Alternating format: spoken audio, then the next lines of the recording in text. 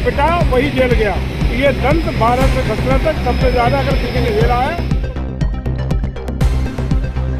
भाजपा प्रत्याशी घोषित होने के बाद जयवीर सिंह पहुंचे मैनपुरी। वहां पहुंच उन्होंने शीतला माता मंदिर में पूजा अर्चना के साथ ही चुनाव जीतने के कार्यकर्ताओं को दिए टिप्स। बता दें, लोकसभा चुनाव 2024 में मैनपुरी से बीजेपी प्रत्याशी घोषित जयवीर सिंह मैनपुरी पहुंचे, जहां सैकड़ों गाड़ियों के काफिले के साथ प्रत्याशी नजर आए।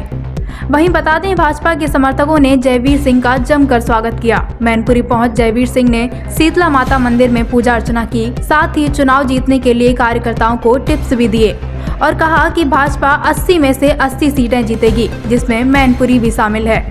तो वहीं इस दौरान क्या कुछ कहते नजर आए भाजपा प्रत्याशी जयवीर सिंह, देखें इस खास रिपोर्ट के जरिए।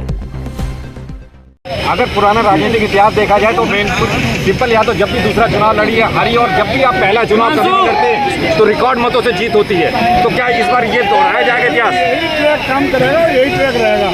कभी भी डिम्पल जी दूसरा चुनाव नहीं जीती है, इस बार भी यही होगा।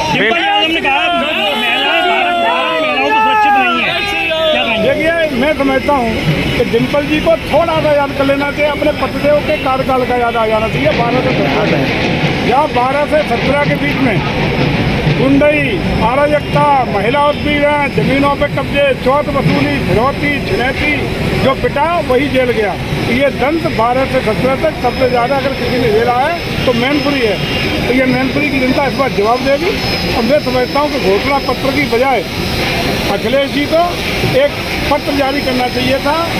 अपना हमने जो गलतियां 12-17 बीत की हैं उनकी पुनरावृत्ति नहीं होने देंगे। अगर सत्ता उत्तर प्रदेश की देती है तो अच्छा रहता। राहुल गांधी कह रहे हैं कि किसानों को MSP मिलना चाहिए और युवाओं को रोजगार, महिलाओं को बेरोजगारी से दूर करना चाहिए, लेकिन भारतीय जनता पार्टी इस पर बिल्कुल ध्यान नहीं देती। आज पूरे देश में आदरणीय मोदी जी की गारंटी पर गारंटी की मानते हुए विश्वास है, योगी जी के कामों पर विश्वास है।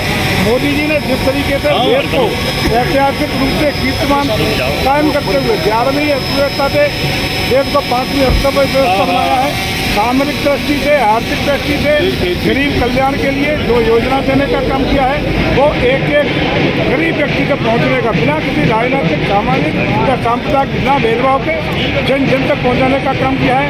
उत्तर प्रदेश का जंगल राज खत्म करके उत्तर प्रदेश में कानून का राज हमारे योगी जी ने दिया है और उसी का परिणाम है कि देश की जनता, प्रदेश की जनता और मैनपुरी की जनता भारतीय जनता पार्टी को विश्वास कर रही है। भारतीय जनता पार्टी ने आप पे विश्वास जताया है और आपको प्रत्याशी आपको भारतीय जनता पार्टी ने चुनाव हारने के लिए भेजा है। यही उन्होंने कहा है, चुनाव हराने के लिए भेजा है। भारतीय जनता पार्टी ने एक मंत्री जी ने कल ही कह दिया है, मंत्री जी को भाजपा ने चुनाव हराने के लिए भेजा है। सुन ले मंत्री जी, भारतीय जनता पार्टी ने आप पे विश्वास जताते हुए मैनपुरी की लोकसभा सीट आपको दी है, पूरी उम्मीद के साथ दी है। इस बार किला समाजवादी पार्टी का रहेगा।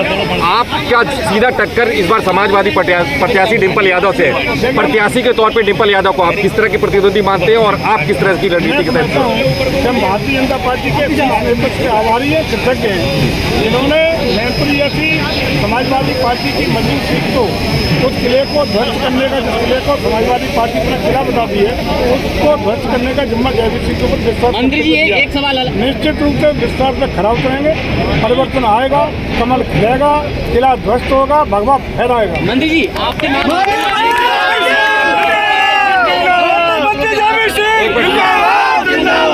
घोषित होते ही अखिलेश यादव डिम्पल का नाम काटकर खुद चुनाव लड़ सकते हैं, सूत्रों की खबर आ रही है। अच्छा, स्वागत है, कोई प्रत्याशी आ जाए, स्वागत है। डर रहे क्या ये? मजबूती के साथ खड़े हैं, कमल निशान लेकर के, कमल खिलेगा, भगवान लहराएगा।